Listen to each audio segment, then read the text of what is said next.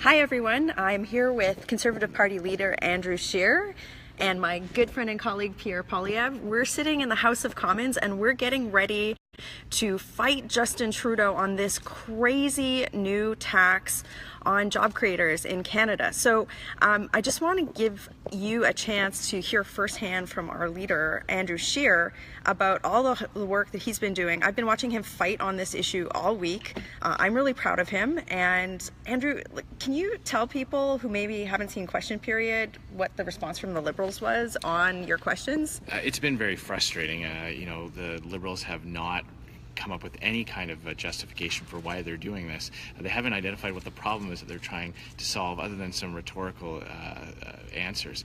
But what we do know, what we are hearing from Canadians, is that this will have a devastating impact on the ability for local business owners to retain the employees that they have and create new opportunities for people in their neighborhood.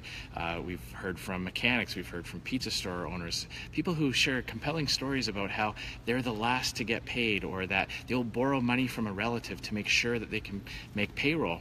And they use legitimate legal tax measures to save for when times are bad, or to save up for a new purchase.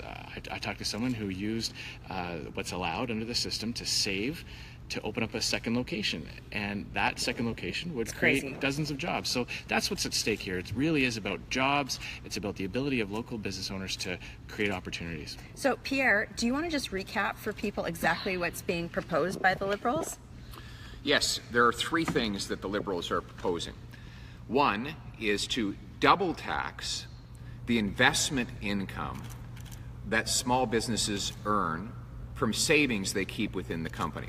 Now, a lot of small businesses set aside cash because one day the place might burn down, they might get sick and need to take some time off. There might be a recession, in which case sales drops. They need that cash in order to pay them back. And whatever's left over, they retire on.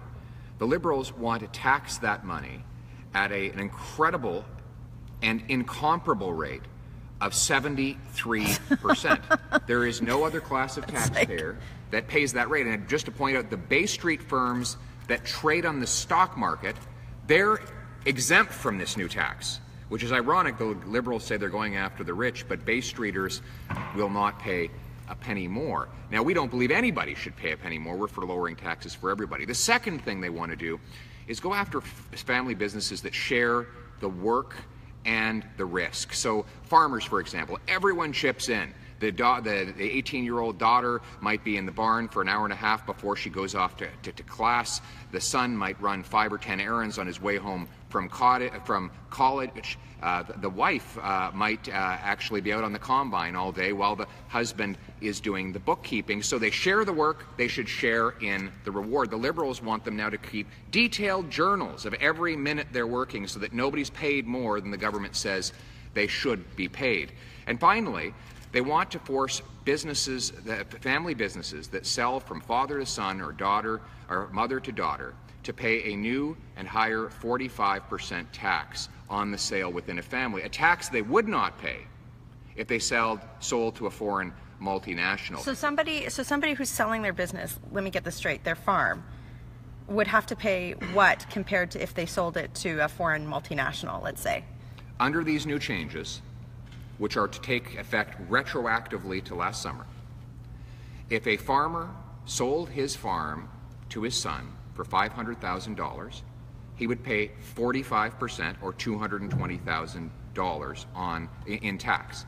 If he sold to a foreign multinational, however, he would pay no tax. So that foreign multinational that wants to buy up Canadian farmland and turn the farm son into a tenant of a corporate landlord will have a major tax advantage in doing it under these proposals. So Andrew, what I've really appreciated about how you've been fighting on this is you've been really making this an issue about compassion. Like, I think the great lie that the Liberals have had is that somehow this is about fairness, and it's such like almost newspeak to me.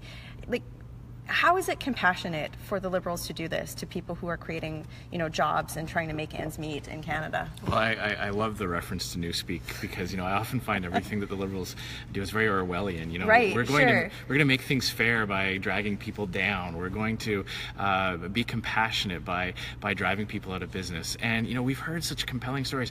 My first event as a member of Parliament back in 2004, one of my first events was I went to a Centennial Farm celebration. Now in Saskatchewan, I'm sure they do similar things in Alberta. Absolutely. When a family hits that generational milestone of having a farm in the family for 100 years, the whole community celebrates. The mayor comes out, the MLA, the member of Parliament, they get a nice plaque, and it's a real it's a sense of pride, not just for the farm family themselves, but the entire community.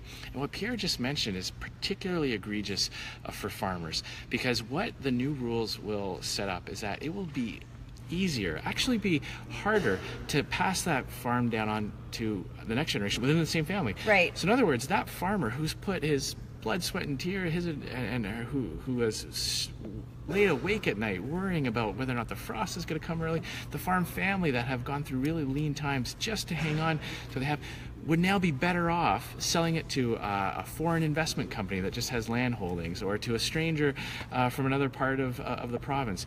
That makes no sense. There's nothing fair and compassionate about that. No, and what I appreciate about you fighting for us on this is that, for example, in my province in Alberta, we're going through really hard economic times, and the Liberals are out here, they stand up in the House and they're like, oh, economic diversification and job growth, yet they want, to me, this is another kick in the teeth of people that are actually trying to make the Alberta economy grow in a long time. These are like people like my friend. She started a petition that has almost 35,000 signatures. She has a framing company, right? And they've managed to keep a couple of people employed through the downturn. She's going, I don't know how we continue with this new tax.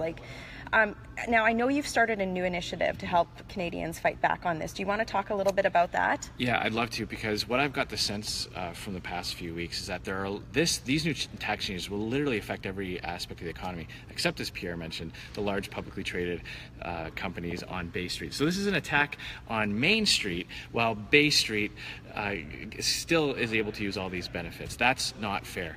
But one of the things we've sensed is that there are, this affects patients who now are worried about having access to medical services, right, because this is having an impact on doctors. It's having an impact on agriculture, of course, and all kinds of entrepreneurs, but in every region.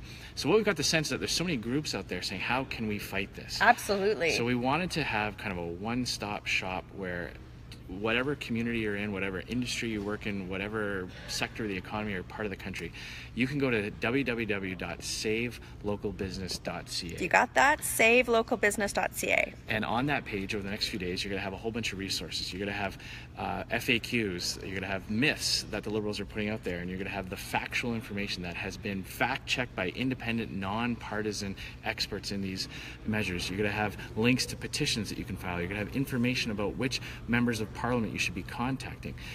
There are a lot of nervous Liberals right now that realize how many people in their own ridings are up in arms and furious about this, and we want to make sure that we put pressure on them to do the right thing and fight these changes. And I guess that's the thing, like for me, whenever I hear a Liberal talk about fairness, it's like kind of like a hang on to your wallet situation, right? Like nothing that they're doing is fair.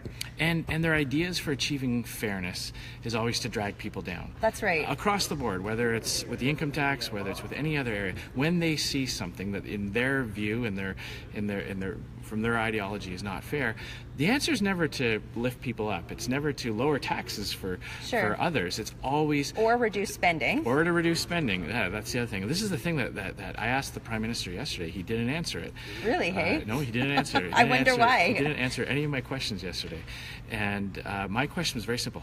How many new jobs would be created with this attack on local business? I am going to guess zero. Zero. This is not about creating jobs. This is about attacking one aspect of the population in a way that is unfair. As Pierre pointed out, there is no imbalance. The people who use these measures, these legal measures, use it to invest and grow their business, and when they take any of these funds out, they pay tax on it. So they are, what's going to happen now, they'll be hit twice. They'll pay double taxation. That's not fair, and it has a terrible effect on the economy. So there you have it. You've got our party leader working on this, and we know that there's so many issues that we need to go hard on this government on because they're frankly incompetent in a lot of areas. But this is such an important one because it's about compassion and it's about the long-term health of Canada. So Andrew, thank you so much for everything that you're doing. If I can add one more point, because we've spoken a lot about the small business owners and the amount of stress this put on.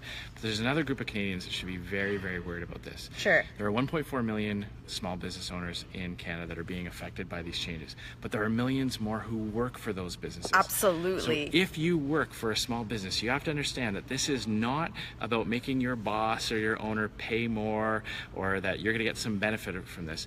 This is putting jobs like yours at risk. There is no benefit to the economy. No one is winning because of these measures. These are only going to threaten jobs in our local businesses. Absolutely. So my colleague Pierre and I are going to be in Calgary on Monday night holding a huge town hall to get your opinion on this. Please come out to that. I know many of our other colleagues are doing the same, and we're going to fight the Liberals on this because it's not right and it's not compassionate and it's not good for Canada. So Andrew, thank you so much for all the work that you're doing, and we're going to keep working hard for you. So working hard for you here in Ottawa. Have a great day.